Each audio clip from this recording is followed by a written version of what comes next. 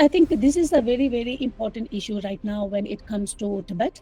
because His Holiness Dalai Lama is turning 90 years in this year's July 6th. And so there has been a discussion among various stakeholders in terms of the reincarnation process. But it is also important to understand that China is already making plans, saying that they will do the the selection of the 15th Dalai Lama, which is completely rejected by the Tibetan community, Tibetan people, and His Holiness the Dalai Lama, and then Tibetan government in exile as well. So with this book, and so with this the recent His Holiness book about on the voice for voiceless also talks about the whole freedom struggle and why it is important that the reincarnation of His Holiness has to be born in a free country, which means that it will not born under the Chinese occupied Tibet. So with that, recently, I with my other colleagues, we have from Dharamsala, we have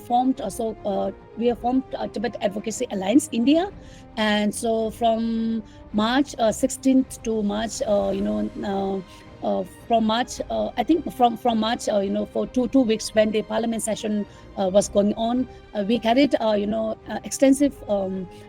advocacy and lobby with Indian members of Parliament from both the upper house and the lower house, Lok Sabha and Rajya Sabha, and also from various different political parties. And then we, during that time, 46 Indian members of Parliament have signed a joint statement saying that His Holiness Dalai Lama and the Tibetan people has the right to decide and about the reincarnation of the 15th Dalai Lama, and then they recognize the historical the legitimacy of the Tibetan people and His Holiness Dalai Lama. So which is a very strong message from the Indian community, from the Indian members of Parliament. So at concluding, I would like to say that His Holiness always says that the whole reincarnation